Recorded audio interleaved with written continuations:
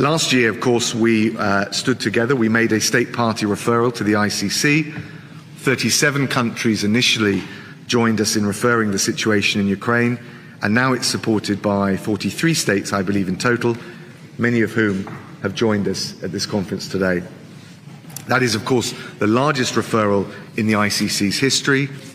It's a clear marker laid down of our international and collective resolve. And crucially, from a practical point of view, it has enabled Karim Khan and his team to launch their investigation into the atrocities in Ukraine more quickly, expediting the court's legal processes and moving one step closer to justice for the Ukrainian people. On Friday, the ICC issued an arrest warrant for President Putin and his Children's Rights Commissioner over the alleged abduction of hundreds of Ukrainian children taken forcibly from their parents and deported to Russia.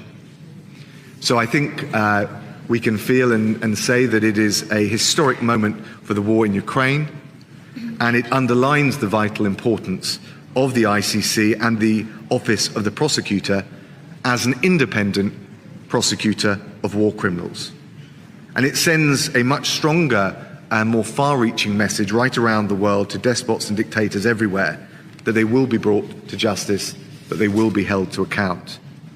And as we come together today, I hope and I believe it serves to underline the importance of ensuring that the ICC has every support for the crucial work that it is doing.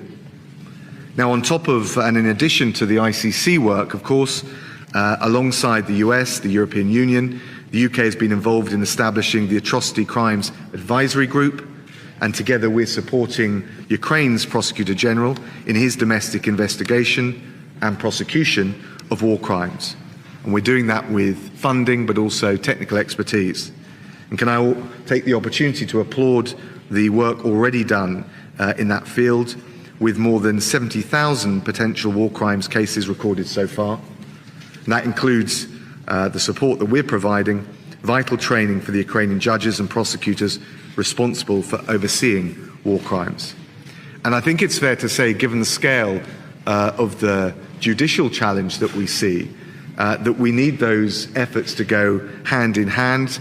They're complementary in a practical sense as well as in the sense that the ICC sets out.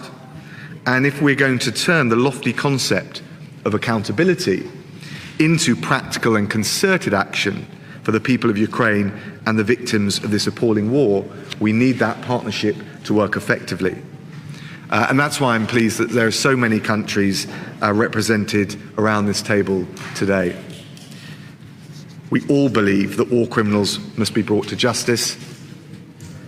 We're all committed to the practical means to achieve those goals.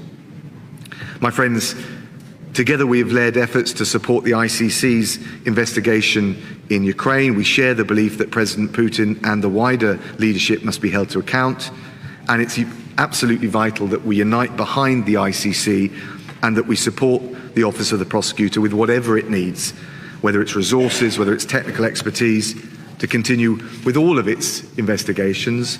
And of course, we're particularly focused on Ukraine, but we're ever mindful of the wider mandate that Karim and the team is pursuing.